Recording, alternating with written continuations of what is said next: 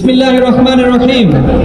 হে সংগ্রামী জনতা, আপনারা জানেন দখলদার ইসরায়েলি বর্বর আগ্রাসনে গাজা আজ মৃত্যুপুরীতে পরিণত হয়েছে।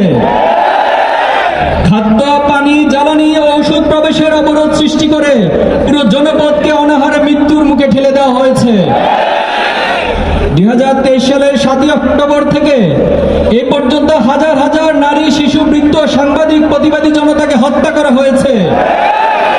ক্রমাগত বোমাবর্ষণে হাসপাতাল, স্কুল, বিশ্ববিদ্যালয়, মসজিদ সবকিছু ধ্বংস করে দেওয়া হচ্ছে। রাতের অন্ধকারে শেষ আশ্রয়স্থল শরণার্থী শিবিরকে এয়ার স্ট্রাইক করে মাটির সঙ্গে মিশিয়ে দেওয়া হচ্ছে। সরাসরি গুলি করে হত্যা করা হচ্ছে উদ্ধার কর্মীদের। আজ এই গাজাকে কসাইখানায় পরিণত করা হয়েছে, যেখানে প্রতিদিন নতুন নতুন গণকবর খোঁড়া হচ্ছে। আজ দিনের পর দিন দখলদার ইসরায়েল সেই কবরকে আরো বিস্তৃত করছে। প্রতিনিয়ত দীর্ঘ হচ্ছে নারী, শিশুদের লাশের সারি। সাংবাদিকদেরকে হত্যা করা হচ্ছে যাতে বিশ্ববাসী ইসরায়েলি বর্বরতার সত্যটুকুও জানতে না পারে। এই পর্যন্ত শত সহস্র মানুষ নিহত হয়েছে, লাখো মানুষ হয়েছে গৃহহীন। এই পরিকল্পিত হত্যার বিরুদ্ধে সারা দুনিয়ার মানুষ রাজপথে নেমেছে। এশিয়া, ইউরোপ, আমেরিকা যেখানে ন্যায় ও মানবতার কণ্ঠস্বর আছে, সেখানে গাজার পক্ষে প্রতিবাদ গড়ে উঠেছে। বাংলাদেশও এই বিশ্বব্যাপী আন্দোলনের অংশ। স্বাধীন ফিলিস্তিন আন্দোলনের সংহতি জানাতে গত 12 এপ্রিল ঢাকার লাখো মানুষ জড়ো হয়েছিল মার্চ ফর গাজা কর্মসূচিতে। আজ যখন নেতানিয়াহু পুরো গাজা দখলের পায়তারা করছে, তখন আমরা আবারও রাজপথে নেমেছি।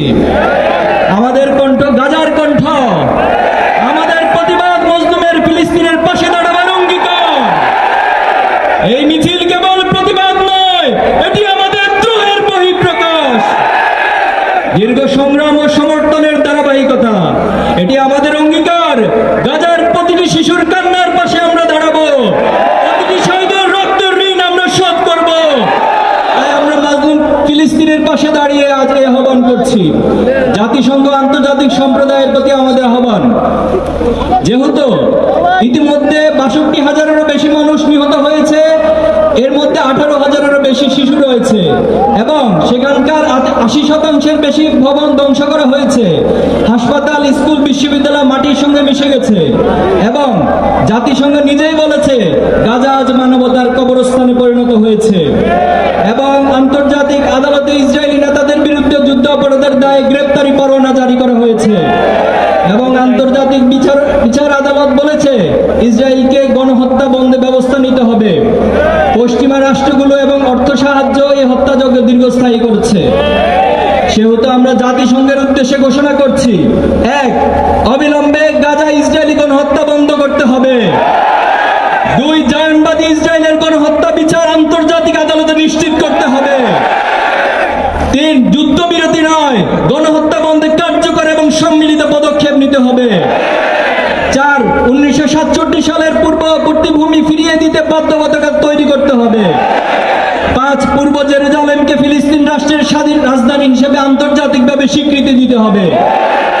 6. ফিলিস্তিনের আত্মনিয়ন্ত্রণ, নিরাপত্তা ও রাষ্ট্রীয় সার্বভৌমত্ব প্রতিষ্ঠার পথ উন্মুক্ত করতে হবে। 7. ইসরায়েলি পণ্য, প্রযুক্তি, অস্ত্র বিনিয়োগের উপর বৈশ্বিক নিষেধাজ্ঞা আরোপ করতে হবে। 8. গাজায় অবরোধ ভেঙে খাদ্য, পানীয়, ঔষধ ও মানবিক সহায়তা প্রবেশের নিশ্চয়তা নিশ্চিত করতে হবে। 9. জায়নিস অর্থনীতিকে সহযোগিতা করা বহুজাতিক কোম্পানিগুলোকে কালো তালিকাভুক্ত করতে হবে। 10. আন্তর্জাতিক মানবাধিকার সংস্থা ও গণমাধ্যমকে গাজার প্রবেশাধিকার দিয়ে গণহত্যার সত্য বিশ্ববাসীর সামনে তুলে ধরতে হবে। মুসলিম উম্মার নেতৃবৃন্দের প্রতি আহ্বান, যেহেতু ফিলিস্তিন শুধু একটি জমিনের নাম নয়, এটি আমাদের অস্তিত্বের প্রতীক, এটি উম্মার আত্মপরিচয়। গাজার রক্তস্রোত আমাদের সম্মিলিত ব্যর্থতার সাক্ষী হয়ে আছে। ইসরায়েল একটি অবৈধ দখলদার শক্তি, যে উম্মার প্রথম কিবলা আল আকসাকে মুছে ফেলার শয়তানি প্রচেষ্টায় লিপ্ত রয়েছে। অথচ বিশ্ববাসী, বিশেষত মুসলিম এবং আরব দুনিয়া তার কাঙ্ক্ষিত ভূমিকা পালন করতে পারছে না। সেহেতু আমরা মুসলিম বিশ্বের নেতৃবৃন্দ ওআইসির উদ্দেশ্যে ঘোষণা করছি, 1. ইসরায়েলের সঙ্গে সকল কূটনৈতিক, সামরিক, অর্থনৈতিক ও বাণিজ্যিক সম্পর্ক অবিলম্বে ছিন্ন করতে হবে। 2. মুসলিম বিশ্বের রাষ্ট্রগুলোকে ইসরায়েলি পণ্য ও কোম্পানির বিরুদ্ধে বয়কট কর্মসূচি জোরদার করতে হবে। 3. গাজার মজলুম জনগণের পাশে ঔষধ, খাদ্য, আশ্রয় ও মানবিক সহায়তা দ্রুততম সময়ের মধ্যে পৌঁছে দিতে হবে। 4. আন্তর্জাতিক আদালতে যুদ্ধাপরাধের বিচার প্রক্রিয়া মুসলিম রাষ্ট্রগুলোকে সম্মিলিতভাবে অংশগ্রহণ করতে হবে। 5. ওআইসিকে আরো কার্যকর, ঐক্যবদ্ধ কণ্ঠে ফিলিস্তিন ইস্যুকে আন্তর্জাতিক মহলে উত্থাপন করতে হবে। 6. মুসলিম রাষ্ট্রগুলোকে স্পষ্টভাবে ঘোষণা করতে হবে, ফিলিস্তিন ইস্যুতে ভিন্নমত ও দ্বিধাদ্বন্দ্বের কোনো স্থান নেই, এটি উম্মার অস্তিত্বের সংগ্রাম। 7. মুসলিম দেশগুলোকে বিশ্বের প্রতিটি প্রান্তে নিপীড়িত মুসলিম ও অধিকার বঞ্চিত জনগোষ্ঠীর অধিকার পক্ষে অবস্থান নিতে হবে। বাংলাদেশের সরকারের প্রতি আহ্বান, যেহেতু বাংলাদেশ একটি স্বাধীনতা সংগ্রামী রাষ্ট্র, যার নৈতিক অবস্থান সবসময় মাজলুমের পাশে এবং জনগণের ধারাবাহিকভাবে গাজার পাশে দাঁড়িয়েছে, সেহেতু আমরা বাংলাদেশের সরকারের উদ্দেশ্যে ঘোষণা করছি, 1.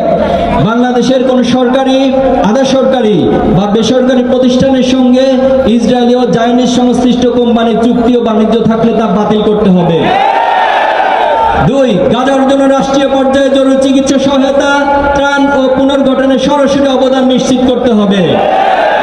3. ইসরায়েলের বিরুদ্ধে আইসিজে এর প্রক্রিয়ায় বাংলাদেশের ভূমিকা আরো জোরদার করতে হবে। 4. জাতীয় অর্থনীতি ও আমদানি নীতিতে ইসরায়েলি কোম্পানির পণ্য ও বিনিয়োগ নিষিদ্ধ করতে হবে। 5. পাঠ্যপুস্তকে ফিলিস্তিন ও আল আকসার ইতিহাস অন্তর্ভুক্ত করতে হবে। আমাদের অঙ্গীকার, যেহেতু আল কুদুস আমাদের অস্তিত্বের অংশ, আমাদের বিশ্বাসের প্রাণকেন্দ্র, বাইতুল মাকদিসের মুক্তি কেবল এক ইতিহাসের অংশ নয়, এটি আমাদের প্রজন্মের দায়িত্বশীলতার পরীক্ষা। আজ যদি আমরা জেগে না উঠি, প্রস্তুত না হই, তবে আমাদের অবস্থার কোনো পরিবর্তন হবে না। আমরা আমাদের ভবিষ্যৎ প্রজন্মকে এই অন্যায়ের ধারাবাহিকতার শিকার হতে দিতে পারি না। সেহেতু আমরা প্রতিজ্ঞা করছি, 1. আমরা বয়কট করব প্রত্যেক সেই পণ্য কোম্পানি ও শক্তিকে যারা ইসরায়েলকে টিকিয়ে রেখেছে। 2. আমরা আমাদের প্রজন্মকে প্রস্তুত করব যারা ইসলাম ও মুসলিম উম্মার প্রতীক ও ঐতিহ্যকে রক্ষা করবে। 3. আমরা আমাদের প্রজন্মকে গড়ে তুলব যারা জানমালের ত্যাগে দ্বিধা করবে না। আমরা বিভক্ত হব না, আমরা ঐক্যবদ্ধ থাকব। 5. আমরা অনলাইন ও বৈশ্বিক প্ল্যাটফর্মে ফিলিস্তিনের লড়াইকে শক্তিশালী করব। 6. বিশ্বের কোন প্রান্তকে আমরা নতুন করে আর গাজা সৃষ্টি হতে দিব না। শেষ কথা, গাজার শহীদদের প্রতি শান্তি বর্ষিত হোক, যারা ধ্বংসস্তূপের ভিতর থেকেও প্রতিরোধের শিখা জ্বালিয়ে রেখেছেন। আল কুদুসের অধিবাসীদের প্রতি শান্তি বর্ষিত হোক, যারা নির্ভয় উচ্চারণ করে চলেছেন, আল কুদুস আমাদের মর্যাদা এবং আমাদের অধিকার।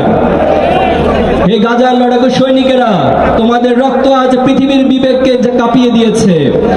তোমাদের প্রতিরোধ মানবতার ইতিহাসে শপথ হয়ে অঙ্কিত হয়েছে। বাংলার জনগণ শাহজালাল শরীয়তুল্লাহর ভূমি থেকে তোমাদের সংগ্রামের সাথে নিজেদের সংগ্রাম এক করে নিচ্ছে।